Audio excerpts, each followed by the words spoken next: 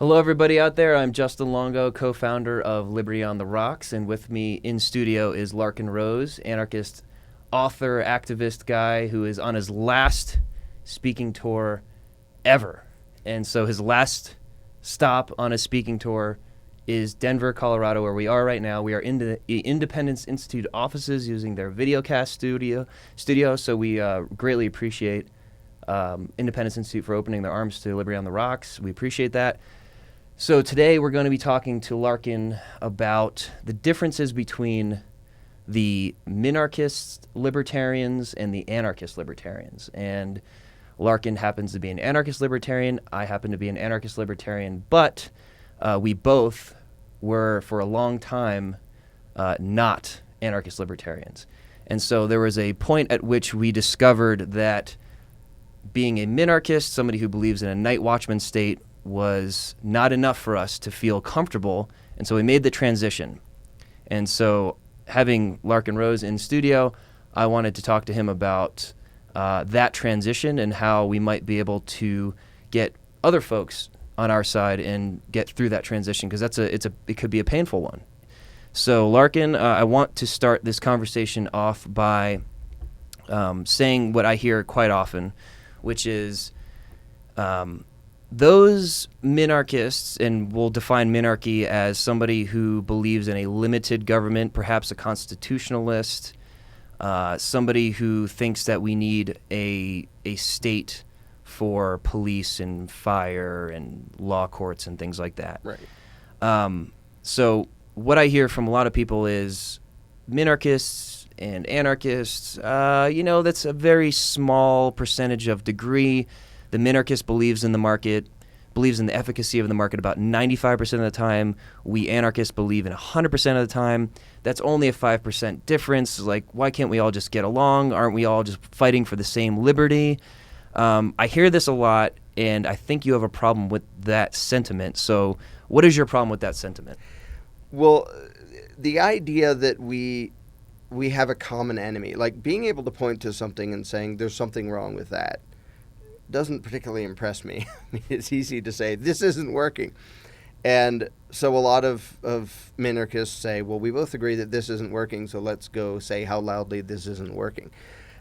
My problem with that is that most minarchists don't actually understand the underlying problem. They can see the symptom of the problem, which is a giant government that bosses people around and steals their wealth and destroys the currency and violently cages people and things like that.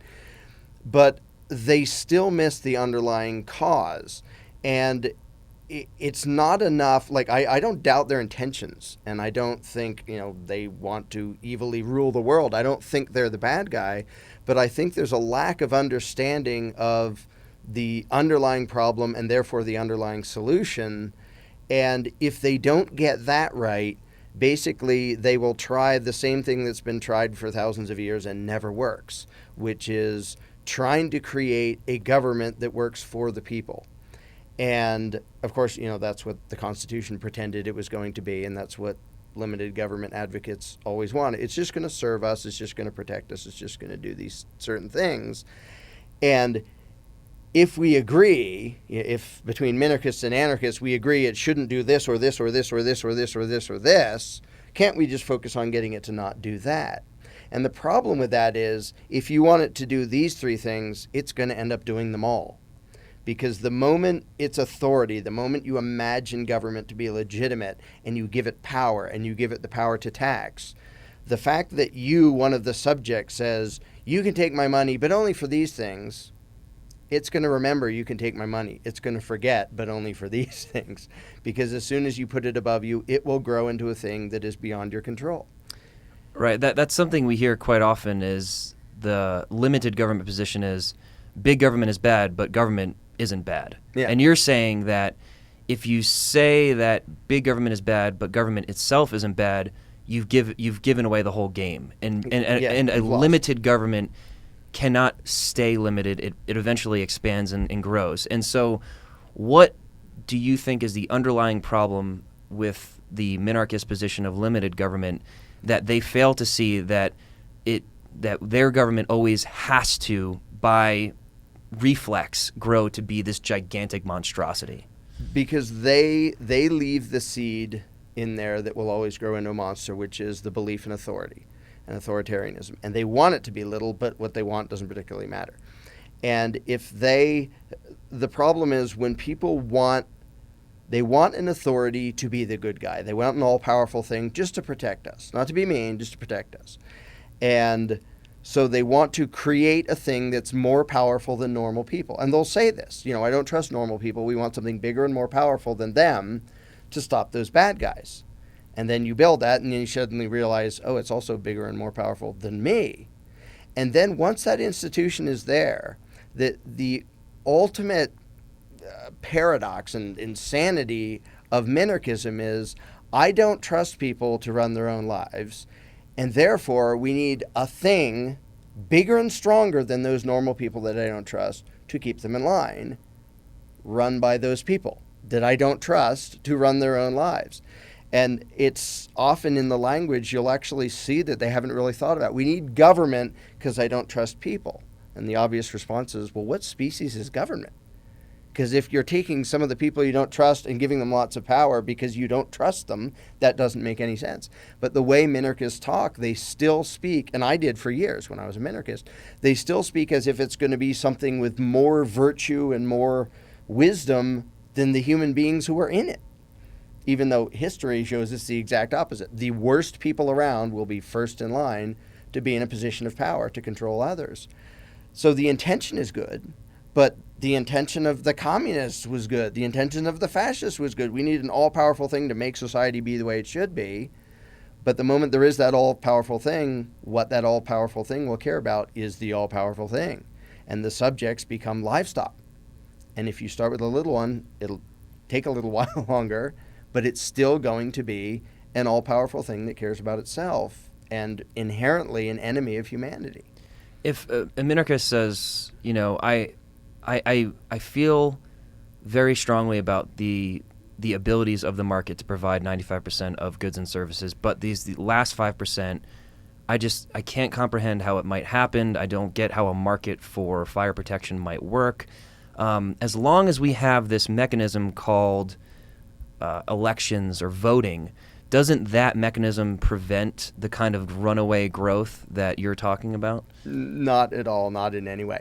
And to me, most of what has to happen is just people clarifying in their own head their own thoughts and their own understanding of what they're talking about. Because when people say, I don't trust the market to do, I trust it to do lots of things, but I don't trust the market to do this, I back them up and say, well, what do you think the market is? The market is a term we use to mean human beings interacting voluntarily. Mm-hmm. And that's all. I mean, it generally has an economic connotation, but it means people interacting voluntarily. Mm-hmm. So what it says when somebody says, or what it means when somebody says, in this realm, I don't trust the market, what they're saying is, in this case, for protection or whatever it happens to be, I don't trust people interacting voluntarily to have a good outcome. Well, there's only one alternative to voluntary, which is involuntary. And the other word for involuntary is violence. So it's what that is really saying, whether it's a little thing or a big thing that they don't want the market to handle, is I don't trust free people to do the right thing. I want my concerns and my preferences violently imposed upon them by a gigantic state. Because that's all there is other than the market. Anything that isn't coercion is by definition the market. So if you don't trust voluntary, you are trusting involuntary, which is violence. And I remember going through the process of finally becoming clear on that and realizing, I don't see any way in which initiating violence is going to make people less violent. Right. How obvious can it be? Was there a process in your deconversion from believing in the state where you had to figure out how a market, the voluntary interactions of millions and millions of people could produce X, Y, and Z? Like, did you have to have this blueprint? Do you have to read The Machinery of Freedom and see maybe courts could work because of all these mechanisms and the incentives are aligned and all that? Did you have to go through that, or was it just the fact of being inconsistent made you so uncomfortable that you just said screw it?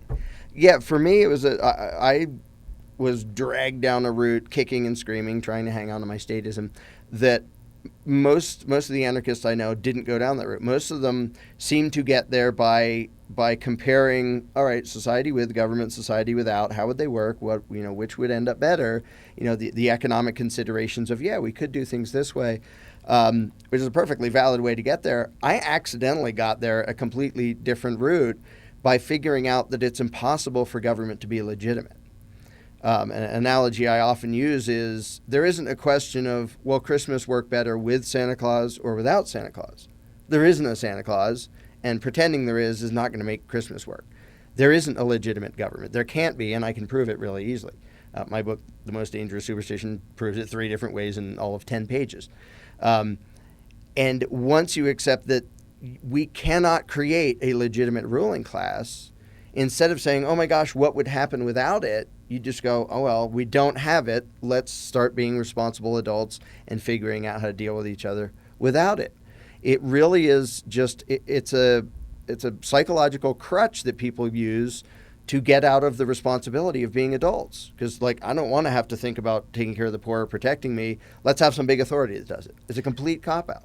You know what, I can just, this is where you're going to lose a majority of minarchists. And they're going to say it in their heads or out loud to you or me that they, for example, Justin Amash, this congressman who everybody seems to like, who's very, very seemingly libertarian, and, they can be like, look, this guy, he's a minarchist just like me. He votes that way. I voted for him. He's legitimate government. He got my vote. I love what he does. He always votes the way that I would have voted if I were in the House of Representatives. What's wrong with that guy? I mean, he seems like a legitimate guy. How is he illegitimate? Several things are wrong with that. First of all, for him to run for office kind of implies to me, now I don't know the guy and he can tell me I'm wrong about this, kind of implies to me that he believes that the ritual of voting actually changes something about him. Then he's going to be part of the group that's allowed to dictate tax policy, for example. In other words, they're allowed to steal our money. They call it more pleasant things so they can get away with it.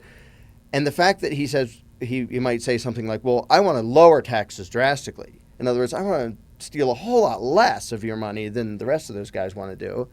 That is still legitimizing. It's still saying the guy who wins this game called the election has the right to rule, but I'm going to be a nice ruler. I'm going to be a nice master. I would never run for office because it doesn't matter how many people push their button next to my name. I'm still just me. I don't get any new rights. I don't become a king. And to play the game in order to give the government's holy permission for us to be free, even if it's well-intentioned, even if he really means to do that, is still confirming the idea that we need their permission. It's like, I will become king and tell you you can keep your land. Well, the first thing you're telling me is that you get to decide whether I get to keep my land, in which case we already lost. We're already still subjects. You can't win. You can't win by politics because politics is the problem, the belief in government. You can't make people free by becoming the new slave master. And I think another way of approaching the same question is, if I really like you and I think, hey, I want Larken Rose to boss me around, tell me what to do, I really like his ideas, he's fun to be around, I could ask you permission to be my, decision maker or whatever you want to call it. I don't want to call it a ruler or a master, but I can, you and I can make a contract, but that contract is between you and I, and, you and I both have to agree to it ex ante at least. And so just because I think you're a great decision maker for me doesn't mean that everyone else in this geographic region also agrees to it. And just because you have my consent and I may have, had this contract with you doesn't mean that everybody else has your consent. And so the issue I see with this representation is that there isn't consent for a majority of people because a majority of people don't vote for a person because a lot of people don't vote. And it's 51%. So where does the minarchist go wrong in their assessment that because somebody won the vote and received 51% or whatever, that consent of 51% now falls upon these other people in this geographic region? I don't understand where that leap comes from. Because in my mind, it's you and I can have agreements, but like I can't make agreements for Tom, John, and Susie over here. So where does this false consent come from? Yeah, that distinction is really, and this offends minarchists, but too bad. That distinction is why I say the minarchists have more in common with totalitarians than they do with me. Because if you accept the notion that, like, the democracy excuse for authoritarianism, which is, well, most of us agreed to, this taxing thing or this law or whatever it is, and it's okay, therefore, to violently impose our will on everybody else. If you accept that premise, then it is logically follows that it would be moral to say, those people over there, they're not quite as intelligent and productive, and they're only 40%, let's slaughter them. Because if you just establish the precedent that their rights don't matter because the majority can overrule their individual self-ownership, we're allowed to take their property, that's taking their life, well, how big a step is it to all the way take their whole life in one shot? Just kill them because, the common good would be better off that way. And the moment it isn't on an individual level, the moment this group is making an excuse to violently dominate that group, I don't care how many constitutions you have, how many elections you have, whatever rituals you have, the big impressive buildings and the bizarre things you go through, you are all already advocating the violent domination of innocent people, and you already lost. You can't get to freedom by a different flavor of violent domination. The only, like the situation you described, the only time it's legitimate is consensual on both sides. Mm-hmm. And we can agree to something, or 5 million people can agree to something. And if every single one of those agrees, it's called consent. It's called consensus. And in that case, it's not government. And in a lot of the mythology you'll hear about government, especially from minarchists, there are contradictions everywhere. Consent of the governed is a gigantic contradiction. How so? If you had actual consent, it isn't government. If we agree to something, neither of us is governing the other one. Yeah. If you're being governed, it isn't by consent. Right. It's right. one or the other. Governing is forcible domination of one by another. Consent is we both agreed. Yeah. Yeah. But if I'm your employee, if I consent to be your employee, you consent to be my employer, I do work for you, you pay me or whatever. I'm not, now all of a sudden I don't say you're my government. Right. Right. Right. That's a weird way to call it. Yeah. But this mythology is designed to try to make it possible for government to be legitimate and serve the people. Servant government, another gigantic contradiction, just inherent contradiction. Everyone knows the government is the thing to whatever degree, whether it's minarchist or totalitarian or any flavor in between. Government is the thing that bosses people around and takes their money. Now, most people use pleasant-sounding euphemisms so it doesn't sound so nasty, but it makes laws, which are commands, and it hurts people who disobey. It enforces the law. And to try to say that, yeah, that guy bosses me around and takes my money and he's my servant is just insane. And I was taught to repeat it, and I repeated it, and most of the people I know repeat it. These are the sort of concepts that demonstrate that the mythology that we're taught of government makes no sense. We only accept it because we hear it everywhere. We hear it from our parents and in the media and from the teachers. We hear it over and over again, and we don't hear anybody say, your servant bosses you around? It's patently ridiculous. But if you don't ever hear that anywhere, people accept it. And in most of what we're taught about government is patently ridiculous. If, there's a lot of objectivists, I guess, who are minarchists, and they're that 5% away, or 3% away, and they say, Larken, I agree with most of what you're saying. Taxation is theft, and a lot of them will come out and use Rand's words and say, look, taxation is theft. I mean, it has to be consensual. It has to be voluntary some way. And they go, but I draw the line at competing private agencies and things like that. They're so close because they can see how you can have water and phone lines and roads. Like, they concede all of that. They're just a little better than your standard constitutionalist.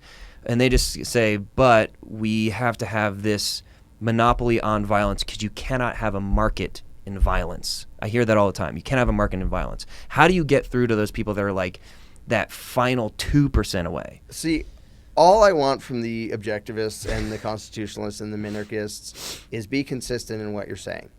Advocate one thing that doesn't contradict itself.